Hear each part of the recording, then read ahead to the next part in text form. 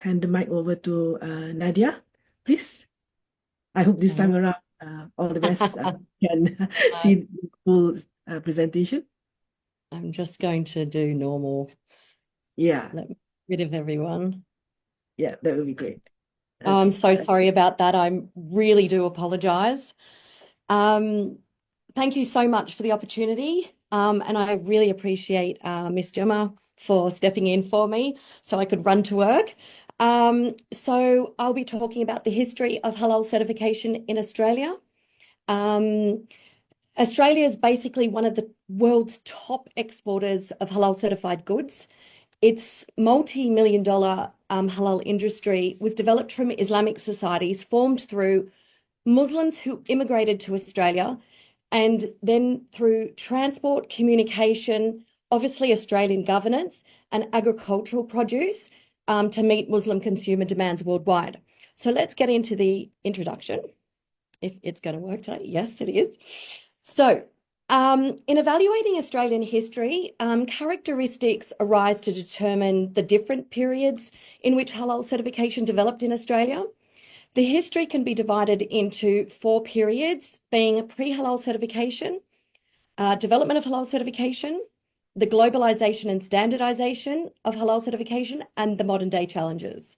And I do believe Ms. Gemma actually touched on a few of the same issues that we do have here in Australia as well.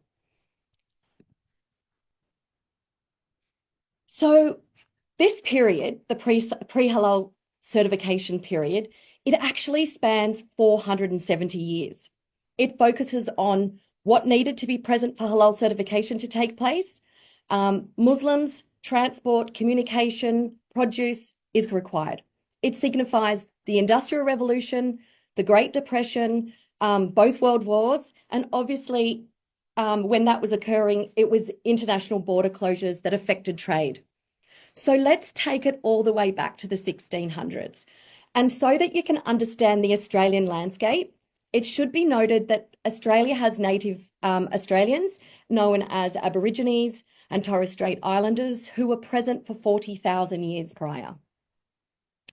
So in 1606, the Dutch East India Company discovered the north coast of Australia, but the Dutch didn't believe there was anything of value for international trade. Now, prior to 1606, there was evidence of Portuguese, Chinese, Spanish, and Arabs landing in Australia. However, their presence was for exploration rather than trade. So one of these was actually the Caliph of Damascus. Technologically, by the 15th century, magnetic compass tools for navigation developed and improved the advancement of cartography. So this actual navigation tool would prove to be a key for Australia in developing international trade so shipments took place. And the reason why we're looking at this is without this type of trade, without any of the factors that are needed for international trade, especially from Australia, we need to kind of look at what was required prior. So the earliest trade known for Australia was with a Muslim country in 1650. So with the Macassans, and I've put a little picture here of Makassar. It's an East Indonesian Muslims. So from Makassar, they would travel south on fishing boats to the north and northwestern coast of Australia to fish for sea cucumbers, tortoises, and pearls. So these sea cucumbers were like an Asian delicacy for the Chinese. And so Australian natives would also travel by boat to Indonesia, Singapore, and the Philippines to trade goods such as tortoises and tools, and even some non-halal products such as alcohol and tobacco. So this was the first trade known in Australia. So due to the overcrowding of jails, the British settled in Australia in 1788 by transporting approximately 850 convicts to Australia. Australia's manufacturing was massively supercharged in the 1800s by the enormous scientific, the engineering, the communication, and the transport advances that were occurring in the Industrial Revolution. And considering Australia was becoming self-sufficient, or basically at that time it was dependent on shipments to be made, to Australia, but it became self-sufficient. So not only was Australia able to produce for the locals, they were able to produce for the international trade. So it made it really healthy for trade, halal trade and certification to be possible. However, at the time, companies transporting goods would also have to consider the length of time, what they're transporting, and whether it was safe to eat. So the next type of factor that was definitely needed was refrigeration. And something that some probably won't realise how Australia revolutionised this for the whole world. So in 1827, the first refrigeration ships left Australia's Tasmanian colony to sell its produce of apples to London. The development of refrigeration enabled for more goods to be traded overseas, which meant for Muslim countries and non-Muslim countries, there was more opportunities. So in 1836, the first domestic live sheep shipment went from the Tasmanian colony to the Victorian colony. And then in 1845, the first shipping went from international, from the Western Australia to Singapore and Mauritius, Singapore being attached to Malaysia at the time, which was a Muslim country. International trade via shipping promoted wealth for Australia, even more so when in 1851, the gold rush in Bathurst started, which is the little red part on the Australian map that it's just there. It saw multiple people immigrating, including Muslims, to capitalise on the gold rush. This saw doubling of wages, raising of animal prices, and it basically made Australian beef and sheep a commodity, basically to the rest of the world. In 1876, a successful shipment of frozen meat went from Argentina to Le Havre, France. It used ammonia-fueled refrigeration, but unfortunately the meat was not safe to eat. In Queensland in Australia, they were so inspired by this shipment and with the wealth of the gold rush and, of course, the Industrial Revolution, they were able to develop air-dried refrigeration. And the first shipment left from Melbourne to England, and it was frozen beef and mutton, and it was safe to eat. So Australia's development in shipping refrigerated frozen meat absolutely revolutionised worldwide shipping and set the tone for future shipments of halal certified goods and meat, especially from Australia, which would still be 150 years later. So still in the pre-certification period, but with the gold rush already in full swing, the Industrial Revolution behind us, we actually start looking at immigration. It became extremely evident in the 1860s to 1920s when the first Muslim camel drivers, known as cameleers, entered into Australia. Now, they were mainly from Afghanistan, some from India, some from Pakistan, and even Malaysians in the 1880s. So the Aborigines intermarried with Afghanis and Malays as they shared the mannerisms, the environments, and the beliefs. But naturally, Islamic settlement resulted in mosques being built, and the earliest known mosque was built in Maree, South Australia. It would have been 1860. The British wanted Aboriginals to convert to Christianity. However, Islam gave an alternative for Aboriginals to connect with their heritage and allowed for tribalism and equality to continue. So these mosques would prove to be critical for halal certification as they would later contribute as halal certification bodies in Australia.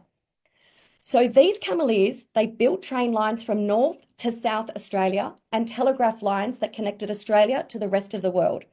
So without the groundwork undertaken by the Muslim cameleers, trade with international countries, including Muslim countries, would not have been possible for Australia at this time. Telecommunication and transport allowed for further immigration of Muslims into Australia, especially with the news of the gold rush. So yes, even the Muslims were really interested in the gold. And they came to Australia, and predominantly they were Lebanese who immigrated in about 1880. And at this time, Lebanon was connected to the Ottoman Empire. So they were predominantly Turks that came. So the first extant mosque, which is still operating today, was in Adelaide, Australia in 1880, 1988 to 89. And the Cameleers raised money in 1905 to 1906, and they built the second extant mosque, known as Perth Mosque. So both these mosques are halal certifiers 70 years later. So moving into the 1800s, let's look at how food and how it developed. Australian food was basically increased from 6.8% in 1880 and 33% in 1920, which was meat, grain, fruit, and butter. So during this period of colonisation, you can see that the trade was 5 times more, and Muslims with no doubt had a catalyst in this growth. So just to show you that change in that percentage change with the Muslims development in transport and communication for Australia. So this is important, as without the Muslims being here, we would also not have halal slaughter to be present, as Australia is a secular a secular country, and they can't enter into religious affairs. So let's get into where the legislation starts. The Commonwealth of Australia was basically, I think the Commonwealth of Australia Constitution Act in 1900s took effect on the 1st of January 1901. It established an Australian Parliament. With the colonies, it actually changed them from Australian colonies to Australian states, and this birthed many acts of meat legislation and many acts of normal legislation, including in non-meat in 1905 as well. In the early 1900s, as I said, meat acts were put in place. Non-meat was in 1905, and in 1913, there was a hygiene issue. You'd have butchers, they would have the meat swelling in their air. So this led to a handbook being written in 1925, and it was for meat inspectors and how to look for things, and it was like a training handbook. And this also led to a textbook for training in meat inspection and supervision in 1935. So also in 1935, to go with the textbook, was the Meat Export Control Act. And this was superseded in 1964. Thank you very much to Malaysia, who had a massive influence at the time, and we'll speak about this later. So this allowed for meat exports to the Middle East and to take place, to do their own slaughtering, because now but at this stage, Australia was actually exporting now to the rest of the world. But until that Meat Export Control Act was kind of put in place, the Middle East wasn't as much interested in Australia. So let's look at some key Muslims. So around the halal certification certifiers, we know that in 1945, South Africa has the first certification body. With regards to Australia, Muhammad Afif in 1948, he immigrated from Pakistan. He introduced halal meat export, and no doubt to Pakistan, but it didn't involve obviously halal certification. It was just more a service. So in 1956, Sadiq Bucks, or the late Sadiq Bucks, operated slaughtering processes for his business as well in Western Australia. So these are the two earliest evidences we actually have in Australia with regards to slaughtering taking place. And there's no doubt, obviously, halal slaughter was taking place for Muslims individually, but not from a perspective of actually trade. And it's the earliest trade that we've got to know at this present time. One of the most important things that starts the start of the certification period is that in 1957, the Islamic Society of Victoria established the first Islamic Centre in 1963, known as the Australian Federation of Islamic Societies, which leads us to the very beginning of the halal certification period. So I'm unsure if most people don't know this, but let's talk about the 70s and how Saudi Arabia introduced halal certification into Australia. So it was not really formalized until the 70s under the auspice of the Saudi Kingdom of, I was going to say Saudi of Australia, no, Saudi Arabia. The phase highlighted Muslim immigration due to the Al-Grazbi policy. Now, the Al-Grazbi policy is about multiculturalism in Australia, but it was about immigrating those that were non-English speaking. So this saw a large surge of Lebanese before and after the Lebanese War come into Australia.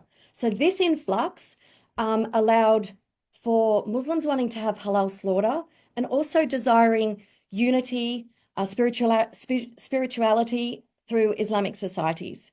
So the introduction of these Islamic societies allowed these bodies to become halal certifiers.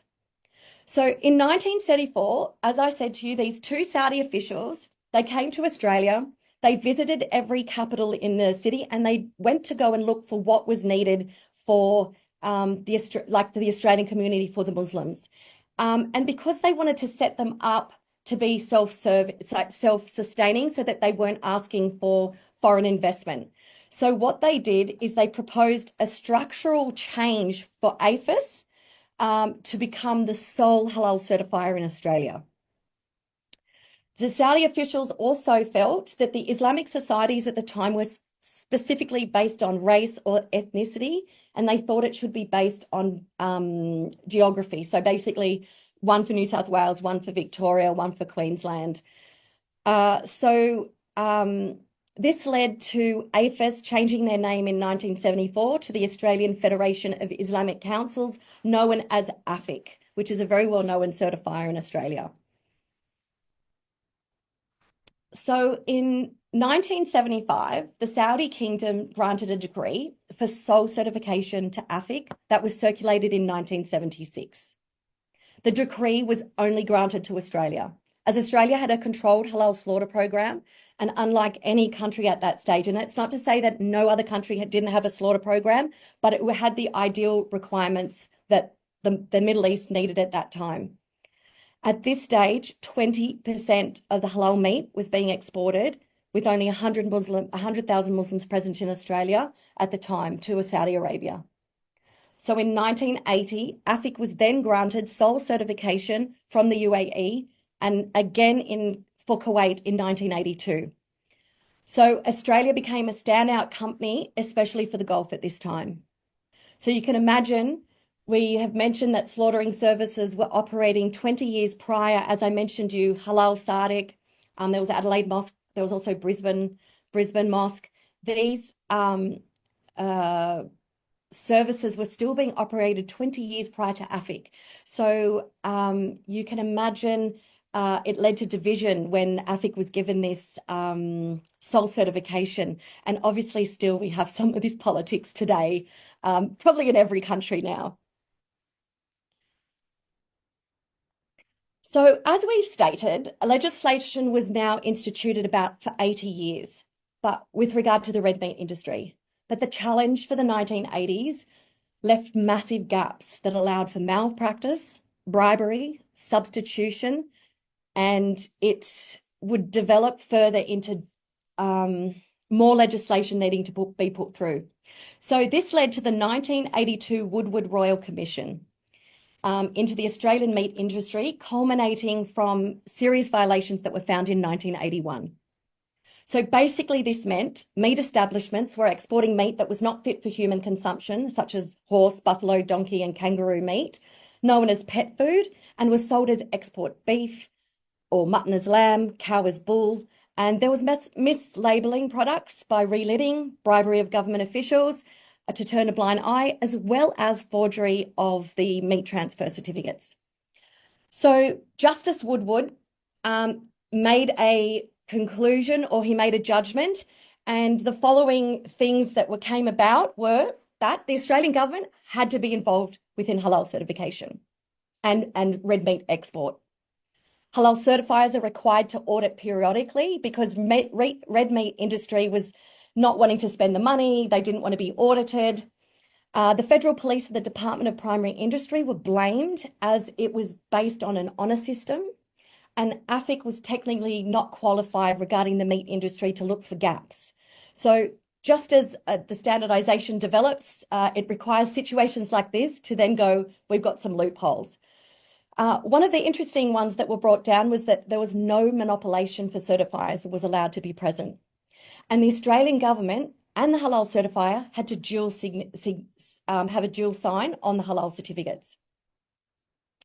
So, of course, this led to the Export Control Act of 1982, and it's actually gone through several amendments today, which is now the Export Control Act of 1920. So let's talk about the next chapter, which is the globalization and standardization. This is one of my probably favorite periods. Of course, the pre-certification is great too, but oh gosh, sorry about that. Moving it. I was just trying to get it away. Doesn't matter. It does. Okay, so with the halal certification emerging strongly in the 1970s and 80s, the next 30 years saw what was halal certified categorically shifting from red meat or from meat to food products or any other product that wasn't meat. So at this time, there was too many certifiers. So basically, Saudi had set up all these societies that were sitting underneath a council that was in Victoria or one in New South Wales. So what they decided was in Victoria, now the main body has to be the halal certifier, and all the ones underneath would no longer halal certify. And this would reduce the amount of halal certifiers in Australia. So if anyone knows ICCV or SIGMA, they had ICCV have 12 societies underneath them. Now they would no longer halal certified and would be ICCV. So in 1992, Halal Helpline issued a supermarket guide, and this book set the tone for halal certified processed goods. So that meant products other than meat in Australia, which became food certification, it became extremely prevalent in 1993. So shortly after, accreditors from other countries other than Saudi Arabia, Kuwait, the UAE, stepped in to license such as Malaysia, Singapore, and Indonesia. So let's look at how legislation in Australia has actually been impacted based on technical regulations. And Malaysia has had a huge impact on Australian government legislation. So where countries have had an impact is that Malaysia introduced their animal rules in 1962, which amended our Export Control Act from 1935 to 1964. However, in light of the meat substitution racket that we just spoke about before in 1982, Malaysia issued meat regulations in 1982, which, based on the culmination of those violations that happened with the meat substitution racket in Australia, and therefore Australia changed their Export Control Act in 1982 based on that as well. So the amendments to Malaysia and influenced the Export Control Acts, and of course Saudi also. We've got now the Export Control Act Meat and Meat Products 2005, and now it's revised to 2021, along with Indonesia and Singapore. So basically, Malaysia issued their first technical standard on halal food in 2004, and it followed by Singapore and Indonesia in 2005. So you can see that export control orders were making those changes along with it, and mainly because in that food, Malaysia also included meat. So the export control orders of 2005 were very different. The Australian Halal program was put in place. It meant a Halal consultative committee with all stakeholders from the meat establishment was established. It was a request which the beautiful Miss Rosie, actually we were discussing when we were in Malaysia last, actually requested a halal attaché from Malaysia to be present in Australia, which is currently Ustad Naim. So in 1999, of course, the World Halal Council, which was a group of all these certifiers, joined together. And from Australia, those original ones were ICCV, HCA, and AFIC. Malaysia, of course, had instituted 2007, the ISO standards. 2012 was Indonesia doing the same, and the introduction of the 2011 CIMIC standards. And of course, 2012 Pakistan standards, and of course the Gulf standards, where New Zealand and Australia were the guinea pigs for that amendment of the Gulf standards. So let's do a summary of how the halal certified goods till present is booming through Australia. So as we know, in 1974, halal slaughtered meat was present, and it involved halal certification. And in 1993, halal processed food began. And of course, once the food began, we needed cleaning materials in 1994. And in 1995, food supplements began. And in 1999, halal cosmetics, pharmaceuticals, and medicines. And in 2014, the anti-halal campaign started. So this was just a political party in 2014 wanting to take down the halal certification industry. They tried to bring about a Senate inquiry, but the Senate inquiry only just produced that it's a legitimate, like the halal certification is a legitimate, it's protected by the government and the industry. So in 2015, the pharmaceutical boom affected by the Gulf standards. So that was that amendment. So it had a huge pharmaceutical boom in Australia. In 2017, there was a huge kombucha boom. In 2018, there was vegan products wanting to be halal. And in 2024, in light of the new, the amended Indonesian standards, there's been a huge cosmetic boom here in Australia. So the what's worth here in Australia, and we've got to take a couple of years because they get all our figures put together. We're always a couple of years behind. So in 2020, Australia was the fourth largest exporter of halal food and beverage worldwide, totaling 15 billion in food and groceries. It's the second largest in beef export and largest in sheep and goat, totaling 14.5 billion in halal red meat, which is approximately 30% of the total agricultural products exported from Australia. So as a result, 20% of Australians are involved in international trade, and that's 1 in 5 people making a significant contribution to halal. So in the last chapter, we look at consumer concerns. So some processes and some ingredients are hidden, obviously, like processing aids, and it basically leaves the consumer very confused. So based on literary concerns, labeling matters to Muslims, country of origin mattered to Muslims, as well as different schools. So when entering into Australia, they have different ethnicities and cultures, which leads to difference of opinions. Not to mention in Australian Muslim consumers, they're not aware of the halal standards that are prevalent overseas, that are public, and they're not even really aware of the Australian federal government's red meat regulations either, and they're public. So there's a very clear gap of knowledge of the Australian Muslim consumers' perception of halal products and halal certification, and their level of reliance on halal certification. So these themes propagated the need for surveys to better understand the perception of reliance and of the Australian Muslim consumers towards halal certification. So when we look at, we did 1,040 1,040 surveys to the Australian Muslim product. To the Australian Muslim public, and of course, Ms. Gemma mentioned before we had ethical issues. We couldn't go below 18 and we had to make sure that everyone was 18 and above. So we assessed their understanding of products, how they transfer their responsibility to the certifier and to other than those than a certifier, like a website or a person or a government. So some really interesting results were found. So 90% of the survey group had both parents born overseas. And this survey was very balanced between men and women. It was like 49-51, and 34% were born in Australia, whereas 66 survey applicants were born overseas. So the top 5 ethnicities were being Pakistan 17%, Lebanese 15%, Indian 10%, Turkish 8%, Egyptians 7%, and I think Malaysians even came at about 1 or 2%.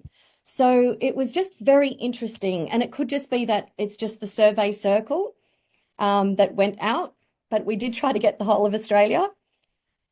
So when looking at immigration versus the school of thought, there's actually one person on this graph from the 1940s, which doesn't adequately show up on this graph. However, in saying that, from 1940 to 1989, 11% immigrated in this time, and 61% immigrated between 1990 and to today, and 27% were born in Australia.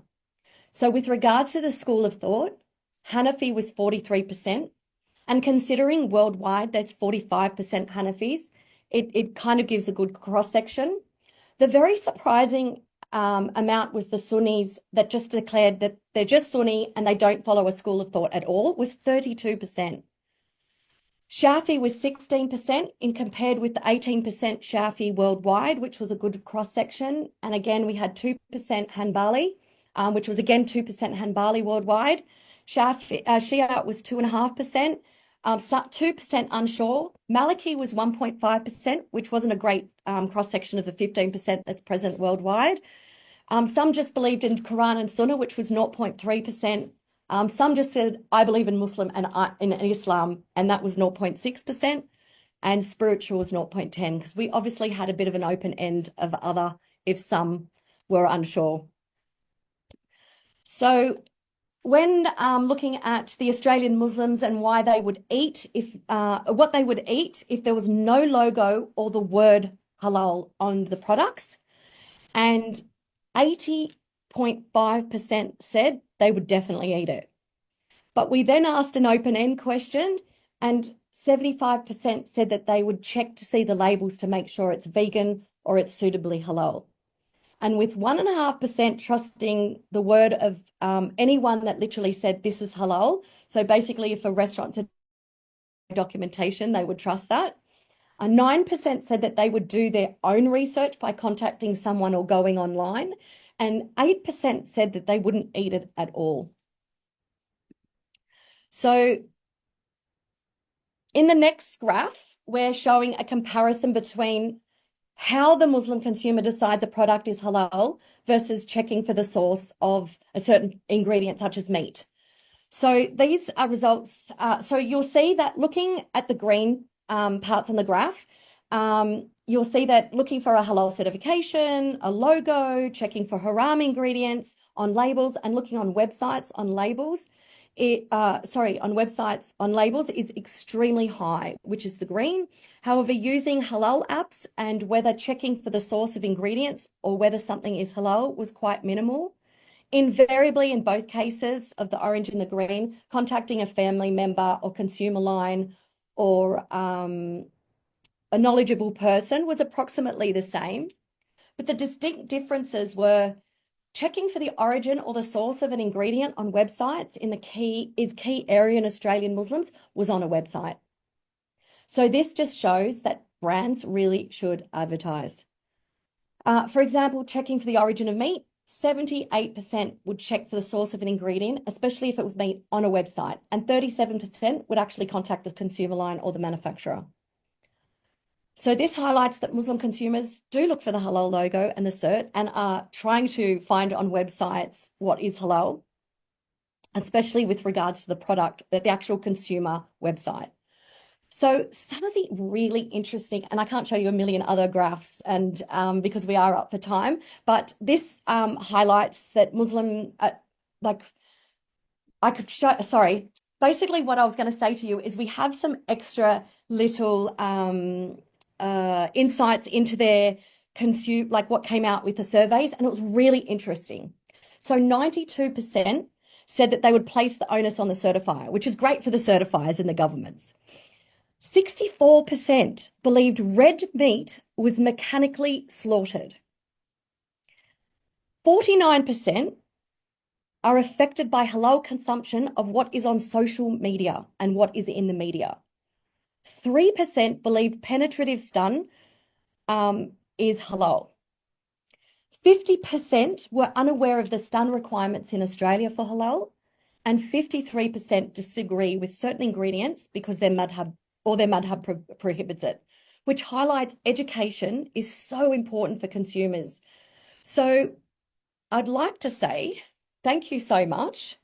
In conclusion, as I had said before, it would not be possible to appreciate the halal industry in Australia without understanding the development and how we even got here today, the importance of Muslim immigration, Australian technological and communication advancements, and the key aspects to the development of shipments for export meat, and the key characteristics evidenced in the 4 periods saw the growth of halal certification in Australia to what it is today, being worth $30 billion, which gives a rich array for food, for the diet, for the Muslim consumers. But no doubt the Australian federal government is invested in the huge export potentials of to protect its economy and trade by creating legislation for what we call a halal friendly Australia. Thank you. Thank you so much. Alhamdulillah, I was happy that you took up my invitation to do the presentation on your survey and also your PhD thesis about the Australian history, because truly interesting to me, and I hope the audience here also agree with me that it's a very eye-opening presentation. And I hope that further to my presentation yesterday, we will encourage more and more communities and countries, nations to document their halal journey. And I salute you. You go way back to the 1600s. Wow, I only go back to 1964.